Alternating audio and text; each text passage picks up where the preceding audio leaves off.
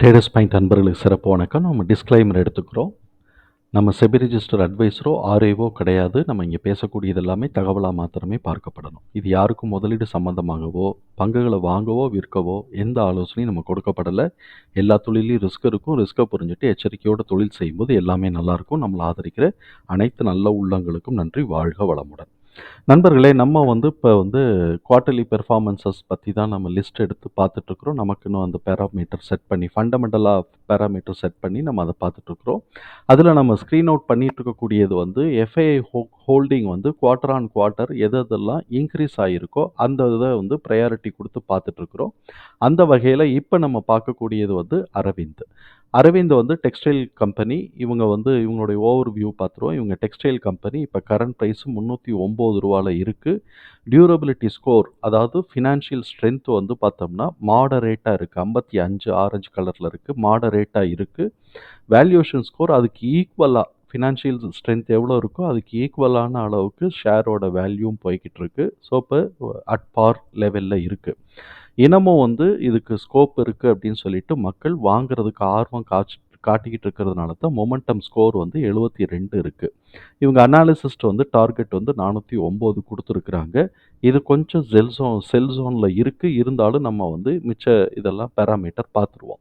டெப்ட் equity ratio 0.4 இருக்குது. Company கடன் கட்டுக்குள்ளே இருக்குங்கிறது தெளிவாக தெரியுது. கரண்ட் ரேஷியோ 1.1 இருக்குது. ஸோ இந்த வருஷத்துக்கான லோன்ஸ் இன்ட்ரெஸ்ட்டு இது ஏதாவது இருக்குது அப்படின்னு சொன்னால் அதை மீட் அவுட் பண்ணுறதுக்கான கேப்பபிலிட்டி இருக்குது. ஆர்ஓசிஇ ஆர்ஓஇ எபவ் 10 இருக்கிறதுனால ரிட்டர்ன் நல்லா ஸ்ட்ராங்காகவே எடுக்கிறாங்க. நமக்கு யோசிக்கக்கூடிய ஒரு இடம் என்னன்னாக்க பிஇ ரேஷியோ 24 இருக்குது. நம்மளை பொறுத்த வரைக்கும் 25க்கு மேலே போச்சுனாலே ஓவர் வேல்யூன்னு தான் நம்ம சொல்லுவோம். ஸோ இப்போ 24 இருக்குது. இது ஆல்மோஸ்ட் 24.2 இருக்குது. ஆல்மோஸ்ட் 0.8 தான் அந்த மேக்ஸிமம் அடையிறதுக்கு கேப் இருக்குது. அதனால் இது ரீசெட் ஆகிட்டு வரப்போதா இல்லாட்டி இப்படியே லீடு எடுத்து போதாங்கிறது தெரியல. நம்ம அனாலிசிஸில் பார்த்துக்கலாம். Price to book 2.4. இது இன்வெஸ்ட்மெண்ட் ரீஜனுக்குள்ளே இருக்கிறதுனால இதுவும் அக்செப்டபிள் தான்.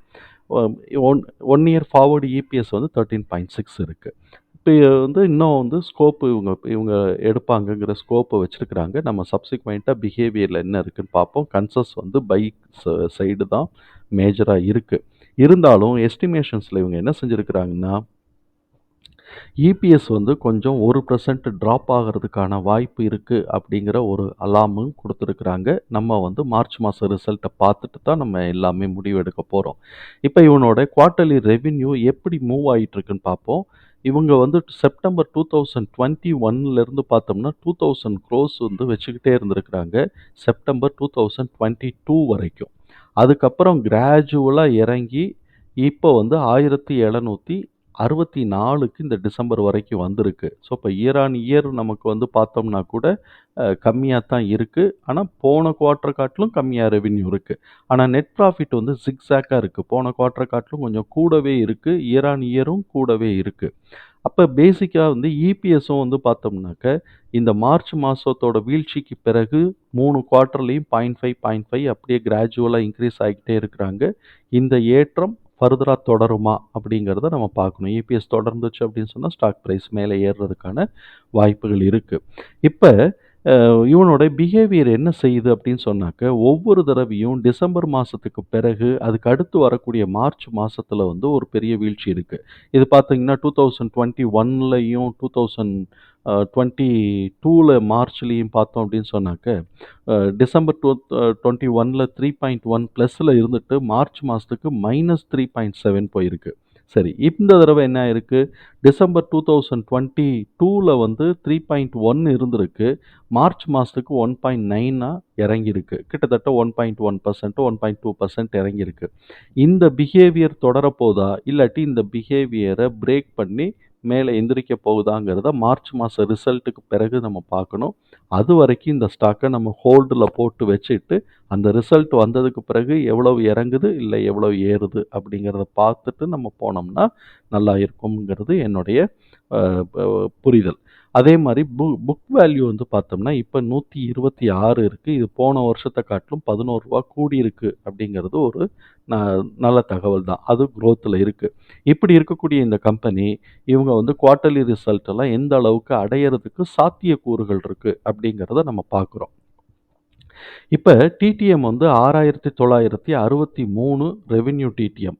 இதுவரைக்கும் 5,243 அடைஞ்சுட்டாங்க. இன்னும் ரூ. 1,720 கோடி. சாதாரணமாவே இவன் 1,700 கோடி ரூவாய்க்கு மேல தான் எடுத்துக்கிட்டு இருக்கிறதுனால, ரெவென்யூ டிடிஎம் ஆன 1,720 எடுக்கிறதுக்கான வாய்ப்புகள் இருக்கு. இவன் 20 எடுத்தா பத்தாது. 76க்கு மேல போன குவார்ட்டருக்கு மேல எடுத்தா தான் இது வந்து ஃபர்தரா மேல ஏறும். டிடிஎம்ம மாத்திரம் கவர் பண்ணான்னா கீழ இறங்கிரும். நெட் ப்ராஃபிட் வந்து பார்த்தோம்னா, 281 டிடிஎம் இருக்கு. இதுவரைக்கும் 233 எடுத்துட்டாங்க. இன்னும் 48.8 தான் இருக்கு. இவனோட நெட் ப்ராஃபிட் மினிமமா இந்த 3 குவார்ட்டர்ல மாத்திரமே 60க்கு கீழ இறங்கல. 64 தான் இருக்கிறதுலே லோயஸ்ட். அதனால 48.8 இவன் கவர் பண்றதுக்கான சாத்தியக்கூறுகள் நெறையவே இருக்கு. அதனால இதுவும் அடைஞ்சிரும். இபிஎஸோட டிடிஎம் 10.8. இதுவரைக்கும் 9 எடுத்துட்டாங்க. 1.8 தான் இவங்களுக்கு தேவை. இப்ப 1.8ங்கும்போது இதுவரைக்கும் 2க்கு கீழ இறங்கல. அதனால இத கவர் பண்றதுக்கு வாய்ப்புகள் இருக்கு. அதே சமயத்துல நம்ம மார்ச் மாச பிஹேவியர்ல இவன் கம்மியா தான் எடுக்குறாங்கிறதையும் பார்க்குறோம். அதனால இந்த டிடிஎம் எடுக்க போறானா? இல்ல இத பிரேக் பண்ண போறானா? அப்படிங்கிறத பார்க்குறோம். ஏற்கனவே இவன் வந்து பார்த்தோம்னா, போன வருஷம் வந்து 1.9 எடுத்திருந்தான். அதனால 1.8 எடுக்கிறதுக்கான வாய்ப்புகள் இருக்கு. இருந்தாலும் இபிஎஸோட எஸ்டிமேஷன் 13.6 இருக்கு. ஃபோர்காஸ்டர் எஸ்டிமேஷன்.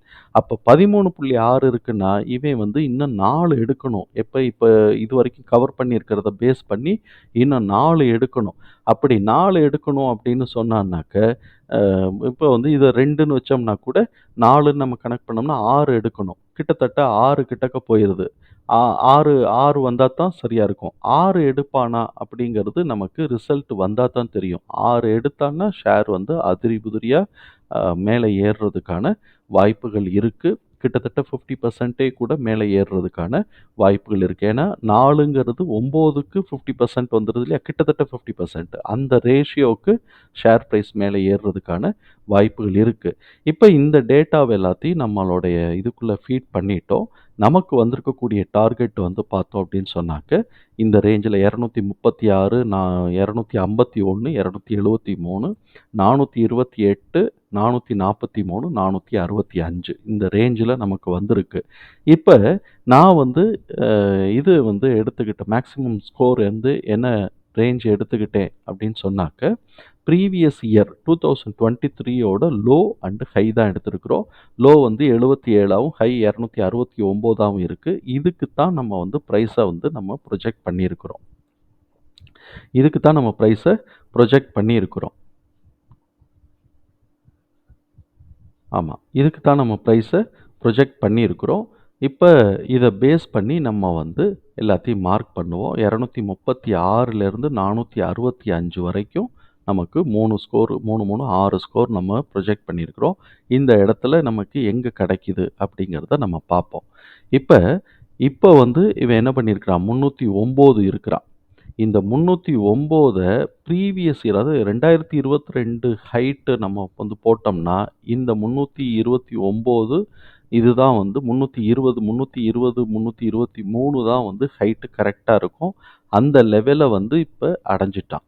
ஆனா 2023க்கான ஹை அப்படிங்கிறது இங்க இல்ல, மேல தான் இருக்கு. இது இன்னும் வந்து 2023ஓட பெர்ஃபார்மன்ஸஸுக்கு இன்னும் மேல ஏறுறதுக்கு தான் மேல ஏறுனா தான் இருக்கு. இப்ப அந்த லெவலுக்கு இவன் இன்னும் போகல. அதனால இந்த மார்ச் மாசம் ரிசல்ட்ட கம்மியா குடுத்துட்டான்னு வச்சுக்கங்களேன், இது கீழ வந்து 236 உடைச்சிருச்சு அப்படின்னு சொன்னா 196க்கோ, 174க்கோ, 159க்கோ அவைலபிளா வர்றதுக்கு வாய்ப்புகள் இருக்கு. ஆனா அவன் போன வருஷம் லோவே வந்து எவ்வளோ வச்சிருக்கிறான்? போன வருஷம் லோவே வந்து கிட்டத்தட்ட 269 வச்சிருக்கிறான். அதனால 269 அவன் கீழ உடைக்கிறானாங்கிறது தெரியல. அப்படி 269 கீழ உடைச்சுட்டான் அப்படின்னு சொன்னாக்க 196க்கு வர்றதுக்கு வாய்ப்புகள் இருக்கு. அது நம்ம வந்து வெயிட் பண்ணுவோம். எந்த லெவல்ல இவன் இறங்கி ஏறப்போறான் அப்படிங்கிறத பார்ப்போம். பாசிட்டிவா இபிஎஸ் வந்து இந்த டிடிஎம்ம காட்டிலும் மேல போயிருச்சுனாலும் பரவால்ல, எஸ்டிமேஷன் அடையாட்டியும் பரவால்ல, டிடிஎம்ம காட்டிலும் மேல போயிருச்சுன்னா, இது வந்து இந்த 275 கரெக்ஷன் ஆல்ரெடி வந்து கீழ 240க்கு வந்துட்டு இப்ப மேல ஏறி இருக்கிறான். இவன் வந்து அந்த 1.8 கூட அவன் எடுக்கல அப்படின்னு சொன்னா 196க்கு ஓடியாடுறதுக்கு வாய்ப்புகள் இருக்கு. அவன் 1.8 மேட்ச் பண்ணிட்டான் அப்படின்னு சொன்னோம்னாக்க, இந்த 250ஓடையோ இல்லாட்டி 273ஓடையோ நமக்கு ரிவர்ஸ் ஆயிட்டு அப்படியே மேல ஏறுறதுக்கான வாய்ப்புகள் இருக்கு. அப்படி மேல ஏறுனா நமக்கு வந்து 3 ஹைட் கிடைக்குது. 423, 448, 465 3 ஹைட் கிடைக்குது. இந்த 3 ஹைட்ல எதுலயாவது ஒரு இடத்துல டர்ன் ஆகுறதுக்கு வாய்ப்பு இருக்கு. நம்மள பொறுத்தவரைக்கும் இதில சப்போஸ் எந்த லெவல்ல இன்வெஸ்ட் பண்ணினாலும், அந்த ஃபர்ஸ்ட் டார்கெட்லயே ஒரு 50% நம்ம ப்ராஃபிட் புக் பண்ணிட்டு வர்றது அப்படிங்கிறது நல்லது. அப்புறம் அதுக்கு மேல மார்க்கெட் மூவ் ஆச்சு அப்படின்னு சொன்னாக்க, பேலன்ஸ் ரெஸ்ட் ஆஃப் த ஸ்டாக்ஸ வந்து நம்ம வந்து ப்ராஃபிட் புக் பண்ணிக்கலாங்கிறது நம்மளுடைய நம்மளுடைய கால்குலேஷன். நம்ம அப்படித்தான் எப்போதுமே வந்து பண்ணுவோம். ஃபர்ஸ்ட் டார்கெட்ல ஒரு 50% புக் பண்ணிருவோம். சப்சிக்வென்ட்டா ஏறுறதுக்கு வாய்ப்பு இருக்குன்னா ஏன்னா குவார்ட்டர்லி ரிசல்ட் தானே. ஏறுறதுக்கு வாய்ப்பு இருக்கு அப்படின்னு சொன்னா ஹோல்ட் பண்ணுவோம். இல்லாட்டி திரும்பிச்சு அப்படின்னு சொன்னா வெளியில வந்துர வேண்டியதான். நம்ம வந்து எக்ஸிட் ஆயிட்டு வெளியில வந்துர வேண்டியதான். இதுதான் நம்மளுடைய அனாலிசிஸ்ல கிடைச்சிருக்கக்கூடிய தகவல். தகவல் நமக்கு பயனுள்ளதா இருந்ததுன்னா, சங்கருக்கு ரொம்ப சந்தோஷம் தான். நம்மள ஆதரிக்கிற அனைத்து நல்ல உள்ளங்களுக்கும் நன்றி. வாழ்க வளமுடன்.